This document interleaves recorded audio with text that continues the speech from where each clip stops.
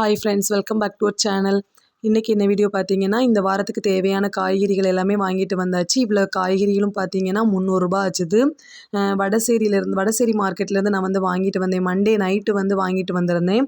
எல்லாத்தையுமே வந்து அதோட இடத்துல வந்து எடுத்து வச்சுட்டேன். இதில் வந்து இந்த தக்காளியும் வெண்டைக்காவும் வந்து பார்த்தீங்கன்னா ரேட்டு ரொம்ப கம்மி.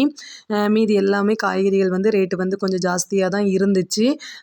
என்னதான் நம்ம காய்கறிகள் நம்ம வந்து வாங்கி வச்சுருந்தாலுமே அடுத்த நாள் காலையில் சமைக்கும்போது இன்றைக்கி என்ன குழம்பு வைக்கிறது, இன்றைக்கி என்ன பொரியல் வைக்கிறது அப்படிங்கிறது வந்து யோசனையாக தான் இருக்கும். காய்கறி இருந்துச்சு அப்படின்னா நம்ம வந்து ஏதாவது வச்சிடலாம் அப்படின்ட்டு நினைப்போம். ஆனால் காய்கறி இருந்தாலும் சரி இல்லாட்டினாலும் சரி இன்றைக்கி என்ன வைக்க அப்படிங்கிறது எல்லா பெண்களுக்குமே இது வந்து இருக்கும் அப்படின்ட்டு நான் நினைக்கிறேன்.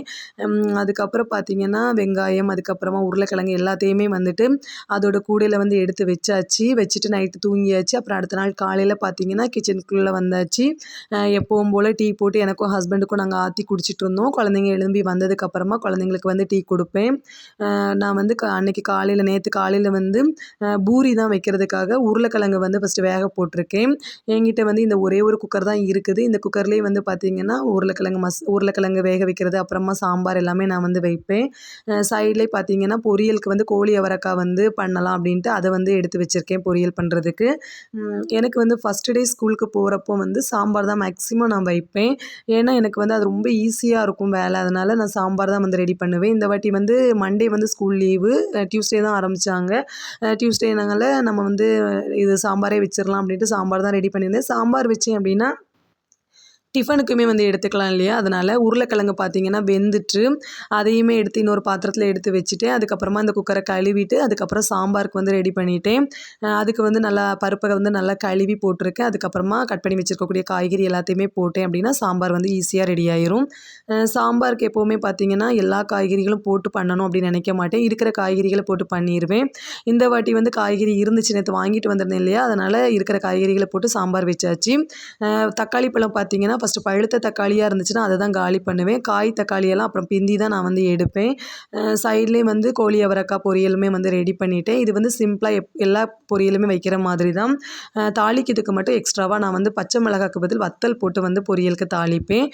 இன்னொரு பக்கம் சாம்பாருக்குமே கட் பண்ணி வச்சுருக்கக்கூடிய காய் எல்லாத்தையுமே எடுத்து போட்டு மூடி வச்சிட்டோம் அப்படின்னா சாம்பாருமே சிம்பிளாக நமக்கு ரெடி ஆயிரும். பிள்ளைங்களுக்குமே வந்து சாம்பார் ரொம்ப பிடிக்கும். கொஞ்சம் எரிப்பு மட்டும் குறைச்சி போட்டுக்கிட்டோம் அப்படின்னா அவங்களுக்கு சாம்பார் ரொம்ப பிடிக்கும். அதுவுமே வந்து வச்சாச்சு. இப்போ பொரியலுமே இன்னொரு பக்கம் ரெடி ஆகிட்டு தேங்காய் பூ மட்டும் போட்டு இறக்கிட்டோம் அப்படின்னா பொரியல் வந்து ரெடி ஆயிரும். டிஃபனுக்கு வந்துட்டு பூரி வந்து ரெடி பண்ணியிருந்தேன். எனக்கு வந்து இட்லி தோசை மாவு எல்லாமே வந்து காலி ஆகிட்டு இந்த கோதுமை மாவு மட்டும்தான் இருந்துச்சு. நமக்கு இட்லி தோசை மாவு இல்லாத டைமில் இந்த கோதுமை மாவு தான் கை கொடுக்கும். பூரியெல்லாம் ஸ்கூல் போகிற டைமில் மேக்ஸிமம் வைக்க மாட்டேன். அது வந்து ஆயில் வந்து ரொம்ப அதிகமாக இருக்கிறதுனால குழந்தைங்களுக்கு ஸ்கூலில் போய் தூக்கமாக வரும் அப்படிங்கிறதுனால வைக்க மாட்டேன். லீவு நாள் தான் வைப்பேன். இட்லி தோசைக்குள்ளே மாவெல்லாம் இல்லை அப்படிங்கிறதுனால நான் வந்து சரி இன்றைக்கி ஒரு நாளும் பண்ணி கொடுப்போன்ட்டு பூரி வந்து பண்ணிவிட்டேன். சாம்பாருக்கு தாளித்து ஊற்றிட்டேன். சாம்பாருமே ரெடி ஆகிட்டு பூரி மசாலாக்குமே வந்து எல்லாமே ரெடி பண்ணிவிட்டேன். ஃபைனலாக வந்து கொஞ்சம் மஞ்சள் தூள் போட்டு நம்ம மிக்ஸ் பண்ணி விட்டுட்டோம் அப்படின்னா பூரி மசாலாவும் வந்து ரெடி ஆயிரும். இந்த வேலை எல்லாமே நான் வந்து காலையில் குழந்தைங்க ஸ்கூலுக்கு போவாங்கன்னு நினச்சி தான் பண்ணினேன். ஃபைனலாக பார்த்திங்கன்னா பிள்ளைங்களுக்கு உடம்பு சரியில்லை அப்படிங்கிறதுனால பிள்ளைங்க ஸ்கூலுக்கு வந்து போகலை அன்னைக்கு.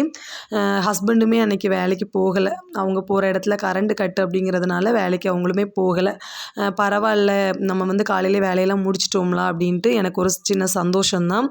அப்புறமா பார்த்திங்கன்னா இந்த பூரிக்கு வந்து மாவு இந்த உருட்டுறது தான் ஒரு பயங்கர வேலை. பிள்ளைங்க வந்து பக்கத்துலேயே வந்து உட்காந்துப்பாங்க, நான் உருட்டி தாரேன். அவங்களுக்கு வந்து இந்த மாதிரி மாவு உருட்டுறது, இந்த மாவில் விளையாடுறதெல்லாம் ரொம்ப பிடிக்கும். நான் வந்து மாவு உருட்டினேன் அப்படின்னாலே எனக்கு விளையாடுறதுக்கு கொஞ்சம் தாங்கன்னு சொல்லி 2 பேருமே வாங்கி வச்சுப்பாங்க. உங்கள் வீட்லேயும் குழந்தைங்க இந்த மாதிரி தான் பண்ணுவாங்களா அப்படிங்கிறத சொல்லுங்கள். ஒரு வழியாக அவங்க ஸ்கூலுக்கு போகலை அப்படிங்கிறதுனால கொஞ்சம் மெதுவாகவே நான் வந்து பூரியெல்லாம் போட்டு எடுத்து நாங்கள் வந்து சாப்பிட்டாச்சு. ஃபைனலாக பார்த்திங்கன்னா எங்கள் மாமியார் வந்து ஹாஸ்பிட்டலில் இருந்தாங்க. கடைசியாக அவங்களையுமே பார்க்க போக வேண்டி இருந்துச்சு. காலையிலே சமையல் வேலை எல்லாமே முடிச்சிட்டதுனால அவங்களையுமே வந்துட்டு போய் பார்த்துட்டு வந்தாச்சு. இன்றைக்குள்ள டே வந்து இந்த மாதிரி தான் போச்சுது.